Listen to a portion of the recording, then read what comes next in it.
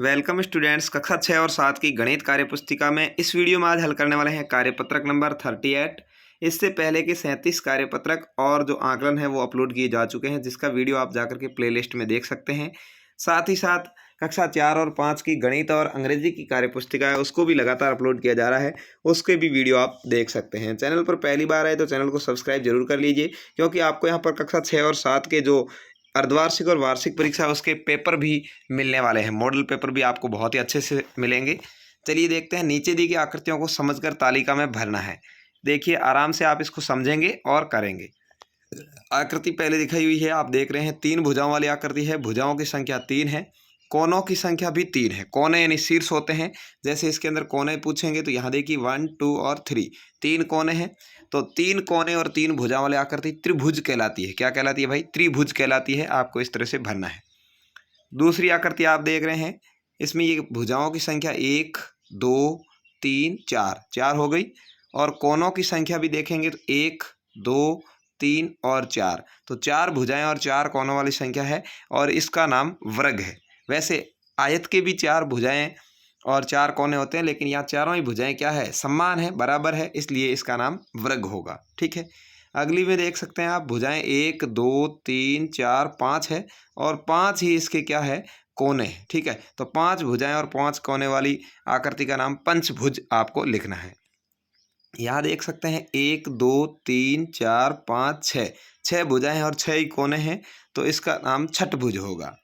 यहाँ इसके अंदर अगली आकृति में देखेंगे तो 1, 2, 3, 4, 5, 6, 7, 8 8 भुजाएं हैं और 8 कोने हैं, इसका नाम अष्टभुज होगा। तो इस तरह से आपको भुजाओं और कोनों के आधार पर आकृतियों का नाम पता होना चाहिए। 3 भुजाएं 3 कोने वाला त्रिभुज, 4 भुजाएं 4 कोने वाला आयत या वर्ग, लेकिन चारों भुजाएं बराबर हो तो वर्ग, 5 कोने और 5 भुजाओं वाला पंचभुज, 6 कोने 6 भुजाओं वाला छठभुज, 8 कोने 8 भुजाओं वाला अष्टभुज। अगला है देखिए, त्रिविमीय आकारों में हम उनके फलकों, किनारों और शीर्षों को सरलता से पहचान सकते हैं। देखिए यहाँ पर ये त्रिविमीय आकृति है, जिसमें घन का चित्र आप कह सकते हैं दिया हुआ है, या घनाभ का कह सकते हैं। यहाँ देखिए इसके ऊपर का जो भाग है ये शीर्ष कहलाता है। क्या कहलाता है? शीर्ष कहलाता है। और इसके ये जो साइड के हैं ये किनारे हैं। क्या है? किनारे हैं। और इसका जो ऊपर का भाग है इससे नीचे भी होगा, चारों तरफ और होगा, उसको फलक कहते हैं। क्या कहते हैं भाई? फलक कहते हैं। तो ऐसे ही नीचे दी गई सारणी में आपको त्रिविमीय आकृतियों के फलक, किनारे और शीर्षों की संख्या को भरना है। बहुत ही आसान तरीके से आप देखेंगे। पहले में यहाँ पर आकृति ये घन दिया हुआ है। क्या है? घन है। घन के देखिए पूछा है समतल फलक। पहले ये फलक पूछा है, फिर समतल कितने हैं, वक्र यानी चक्र यानी गोल वाले कितने हैं। तो देखिए यहाँ पर इसके एक फलक ऊपर है, एक नीचे की ओर होगा 2, ये सामने वाला, उधर सामने वाला 4, और इधर वाला इसके सामने वाला 6। तो समतल फलक कितने हो गए? 6। चक्र यानी गोल वाला कोई फलक है नहीं, तो यहाँ टिक कर देंगे। ऐसे ही नीचे इसके किनारे लिखने हैं। तो किनारे आपको पता है घन के टोटल 12 होते हैं। देखिए 1, 2, 3, 4 4 इधर है, 4 सामने की साइड में है, और 4 ये वाले हैं, एक इधर और एक इधर।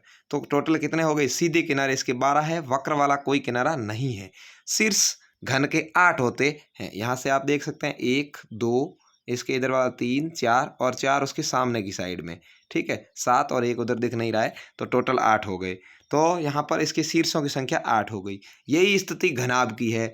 घन और घनाभ सेम ही होते हैं, केवल घनाभ की आकृति आयताकार और घन की आकृति वर्गाकार होती है, बाकी कोई फर्क नहीं होता। तो इसके भी फलक 6 होते हैं, चक्र फलक कोई नहीं होगा। किनारे इसके भी 12 होंगे, घनाभ के भी। वक्र वाला यानी टेढ़ा किनारा कोई नहीं है, और कोने 8 है। अब यहाँ पर आती है बेलन। इसका नाम क्या है भाई? बेलन है। ठीक है।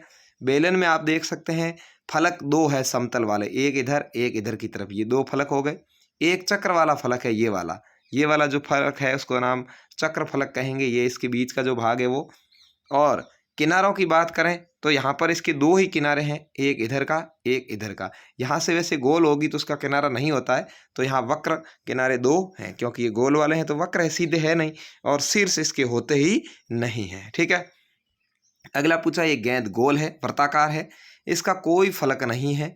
वक्र फलक एक ही है, टेढ़े वाला, ये वक्र फलक हो गया एक। इसके अलावा इसके किनारे और शीर्ष भी नहीं होते। इसके बाद में आपका यहाँ पर शंकु का नंबर आता है। इसका नाम शंकु है। क्या है भाई? शंकु है। इसके अंदर आप देख रहे हैं फलक, एक तो ये वाला है, ठीक है, और एक ये वाला फलक है। तो इस तरह से एक वक्र फलक और एक चक्र फलक और एक समतल फलक है।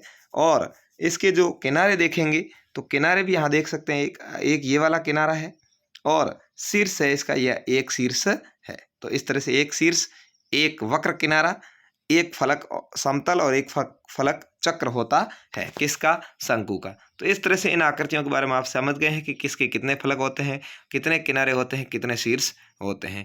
तो ये थी आपकी वर्कशीट नंबर 38, जिसको आप बहुत ही अच्छे से समझा है।